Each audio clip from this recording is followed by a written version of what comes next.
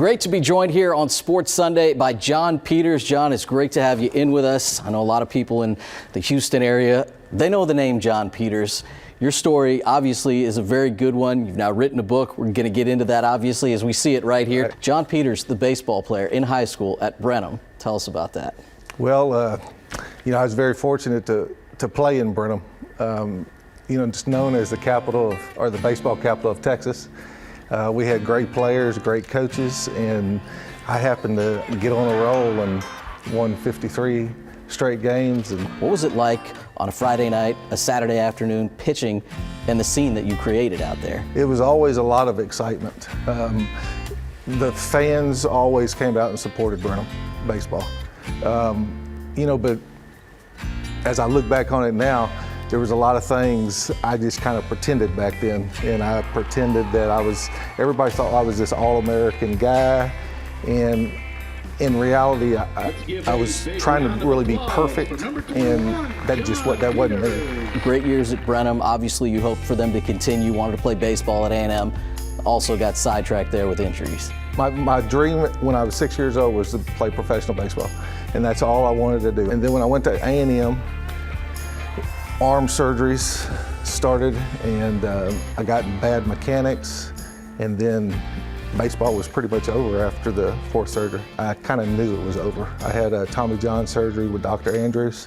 I can remember that night I walked down to the lobby and I just started crying. When the playing days were over, it was like I lost my identity. Everybody knew me as the baseball guy, and baseball was like my happy place. If I was on the field, it was good. And so after baseball, it was like the happiness was kind of gone. And then I started reaching out for alcohol, drugs, relationships, exercise, food, whatever would make me happy. And that would just continue for a long time. And so obviously as part of this book, we'll tell people what kind of turned the page, turned from those dark days, the difficult times, to a time where you can now find some happiness. What changed? Well, I had lost my marriage, and it was March 27, 2010, and this releases 8 years from that day. And I was at home watching ESPN about 2:30 at night, drinking vodka, and I wanted to die. And I had been so angry at God. I was like, why is this all happening? And I heard a voice that said, Jon, it's okay, just tell somebody.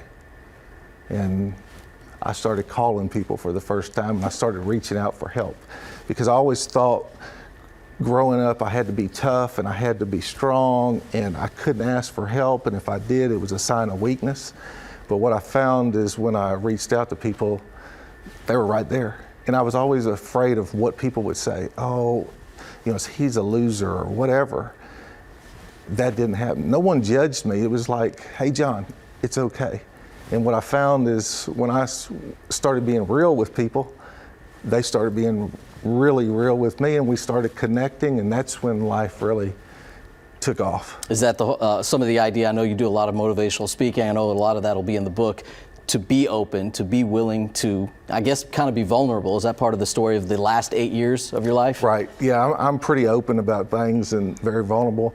And I'm also, I got it real close with God. When I'm God-centered, things are good. When I'm Jon-centered, I'm thinking about what I want. It can just go crazy. So what I found out is that the more I seek God, the more I find Him, and that when I reached out, He grabbed me, and He hadn't let go yet. Well, as it says, when life grabs you by the baseballs, finding happiness in life's change-ups. Pretty much encapsulating what you've all told us. When people pick up the book, which they can pre-order now via Amazon, what are they going to find in there? They're going to find a lot of honesty. Some people that have read it already that know me, they're like, oh, wow, you're really open in here. But I wanted to just tell it all, because once I started telling people, that's when I got a lot of freedom. And that's when I got a lot of peace. And I grew up with a lot of fear and not feeling good enough, and self-confidence was low. I'm on the cover of Sports Illustrated, and I feel like I'm not good enough. That doesn't even make sense.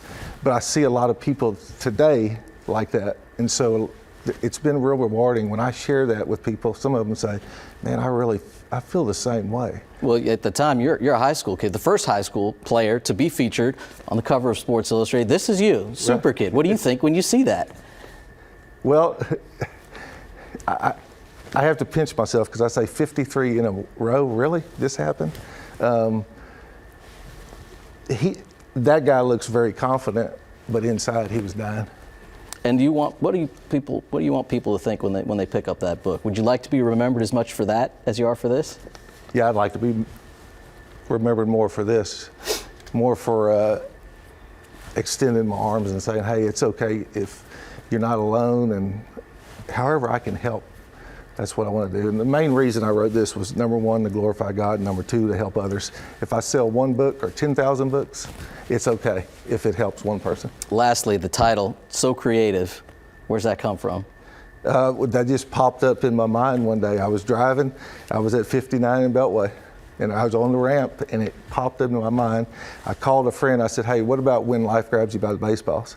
He was like, yeah, I like that. And I said, I'm gonna have to get out of my comfort zone a little bit on that. But he said, no, I like that. So we stuck with it. Well, that sounds great. We really appreciate you joining us, and we're obviously very happy things are going in this direction for you. Jon Peters, the Super Kid, and his book available via Amazon. Really appreciate your time tonight here on Sports Sunday. Thank you, Adam.